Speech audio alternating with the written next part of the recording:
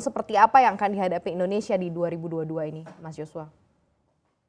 Saya pikir ada dua faktor yang utama ya. Yang pertama adalah dari sisi hubungannya dengan US dollar. Dan hubungan dengan US dollar ini adalah pada saat misalkan the Fed ya cenderung lebih hawkish ataupun memberikan surprise baru lagi ke market sehingga lebih cepat misalkan menaikkan suku bunganya sebelum bulan Maret, misalkan di bulan FOMC bulan ini, tentunya ini kan bisa mendorong penguatan dolar lebih cepat. Dan ini kalau kita lihat historicalnya, dolar Amerika Serikat itu biasanya berhubungan terbalik dengan harga komoditas, ya, sehingga ini tentunya akan bisa membatasi tren harga komoditas global ke depannya. Yang kedua adalah dari sisi volumenya, yang terutama adalah dari sisi kinerja ekonomi di Tiongkok sendiri. Tadi pagi data dari pertumbuhan ekonomi kuartal keempat Tiongkok tahun lalu itu juga kembali melambat, ya, dan lebih dari itu pun juga di tahun ini baik World Bank ataupun IMF pun juga memproyeksikan bahwa pertumbuhan ekonomi Tiongkok ini juga kembali melambat dibandingkan full year tahun lalu.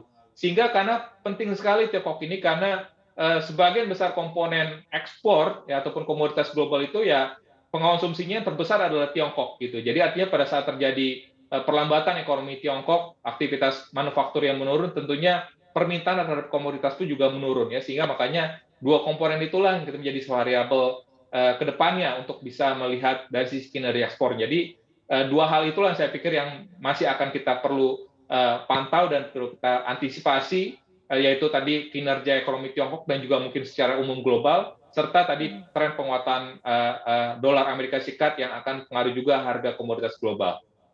Berarti artinya kalau misalnya ada gejolak yang terjadi di sana, kemungkinan besar apakah akan switch gitu ya, neraca dagang kita mungkin akan berubah atau mungkin akan kembali defisit lagi jika nanti supply chain dari global ini akan mulai normal atau kondisi dari China tadi seperti Anda katakan dan juga dolar Amerika Serikat agak sedikit ada gejolak. Ini se-fragile apa nih kalau kita coba korelasikan dengan neraca dagang di Indonesia nih, Mas Joshua?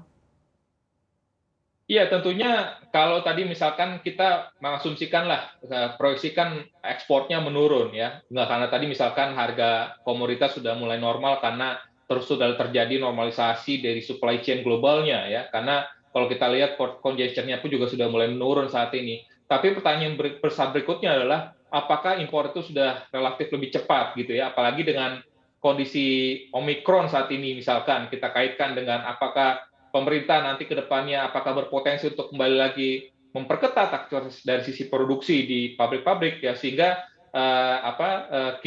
kebutuhan impor pun juga pada akhirnya akan bisa terhambat juga gitu, sehingga